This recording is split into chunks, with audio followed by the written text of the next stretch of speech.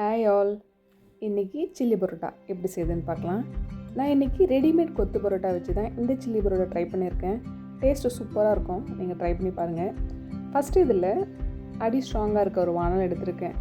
அந்த வானலில் எண்ணெய் சேர்த்துக்கலாம். எண்ணெய் வந்து கொஞ்சம் எக்ஸ்ட்ரா சேர்த்திங்கன்னா ஃபைனலாக நல்லா கிறிஸ்பியாக வரும். அதனால் எண்ணெய் சேர்த்துட்டு இதில் கொஞ்சம் கடுகு யூஸ் பண்ணிப்போம். கடுகு பொரிஞ்ச உடனே செகண்டாக இதில் சோம்பு பொரிஞ்சதும் கருவேப்பிலை எக்ஸ்ட்ரா சேர்த்திங்கன்னா நல்லாயிருக்கும். கருவேப்பிலை சேர்த்துட்டு நான் இப்போது 4 பச்சை மிளகாவை 2ஆக கீறி சேர்த்துருக்கேன். ஸோ 4 பச்சை மிளகா, அதுக்கப்புறம் பார்த்திங்கன்னா 3 மீடியம் சைஸ் ஆனியன், அதை க்யூப்ஸாக கட் பண்ணி சேர்த்துருக்கேன். இது வந்துட்டு அந்த கண்ணாடி பதம் வர வரைக்கும் கொஞ்சம் வதக்கிடலாம். இதுக்கப்புறமா இதில் இஞ்சி பூண்டு பேஸ்ட் யூஸ் பண்ணிக்கோங்க. நான் இதில் காட்ட மறந்துட்டேன். இதில் இப்போது ஒரு பெரிய கேப்சிகம்மில் நான் ஆஃபாக எடுத்து இதில் க்யூப்ஸாக கட் பண்ணி போட்டிருக்கேன். இப்போ இது ரெண்டுத்தையுமே நல்லா மிக்சர் அளவுக்கு வதக்கிடலாம்.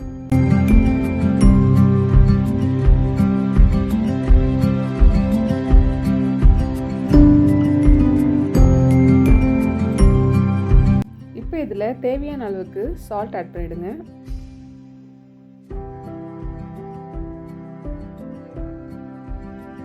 இதுக்கப்புறமா இதில் ஆட் பண்ண போகிற பவுடர்ஸ் பார்த்திங்கன்னா 1 டேபிள் ஸ்பூன் கரம் மசாலா, தனியாத்தூள் அண்ட் 1 ஸ்பூன் சீரகத்தூள் and Kashmiri chilli and 1/2 spoon மஞ்சத்தூள்.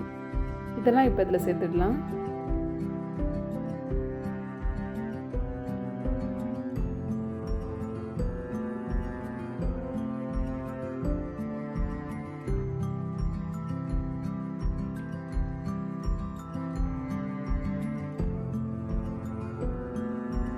இதில் இந்த பச்சை வாசனை போன பிறகு இதில் பார்த்திங்கன்னா 1 டேபிள் ஸ்பூன் அளவுக்கு டொமேட்டோ சாஸ், அதுக்கப்புறமா நான் இதில் 1/2 டேபிள் ஸ்பூன் அளவுக்கு வந்து சில்லி சாஸ் யூஸ் பண்ணியிருக்கேன். இது வந்து என்னோடது கொஞ்சம் ஸ்பைசி லெவல் அதிகன்றதை நான் கம்மியாக சேர்த்துருக்கேன். உங்களுக்கு காரம் அதிகமாக வேணும்னா இன்னும் கொஞ்சம் ஆட் பண்ணிக்கலாம்.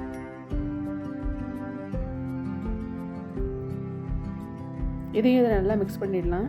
இப்போ நெக்ஸ்ட் இதில் நான் யூஸ் பண்ணியிருக்க ரெடிமேட் கொத்து பரோட்டா பார்த்திங்கன்னா இந்த டேஸ்டி ஈட்ஸில் இந்த கொத்து பரோட்டா யூஸ் பண்ணியிருக்கேன். இது ஃப்ரோசன். இதை வந்து நான் ஆட் பண்ணுறதுக்கு முன்னாடி மைக்ரோவேவனில் கொஞ்சம் ஹீட் பண்ணிவிட்டு அதுக்கப்புறமா சேர்த்தேன். அது ஃப்ரோசனாக இருக்குன்றதுனால. உங்ககிட்ட அப்படி இல்லைன்னா நீங்கள் வந்து கொஞ்ச நேரம் வெளில வச்சுட்டு அதுக்கப்புறமா ஆட் பண்ணுங்கள். இது பார்த்திங்கன்னா இப்படி தான் இந்த க்யூப்ஸ் மாதிரி இருக்கும். இதோட அளவு 908 கிராம்ஸ் இருக்குது. நான் சேர்த்த அளவு ஒரு 600 கிராம்ஸ் இன்றைக்கி நான் சேர்த்துருக்கேன்.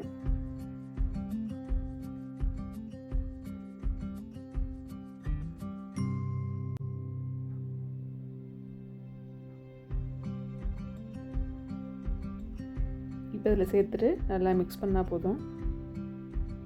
அந்த மசாலாவோட நல்லா ஆட் பண்ணிவிட்டு கொஞ்ச நேரம் கிளறி விட்டிங்கன்னா கொஞ்சம் கொஞ்சமாக அந்த கிறிஸ்பியாக வரும்.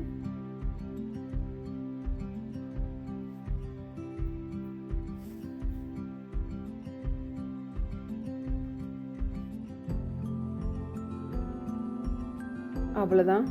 இது நல்லா மசாலா மிக்ஸ் ஆனதுக்கப்புறமா கொத்தமல்லி மேலே தூவி இறக்குனா சில்லி பரோட்டா ரெடி.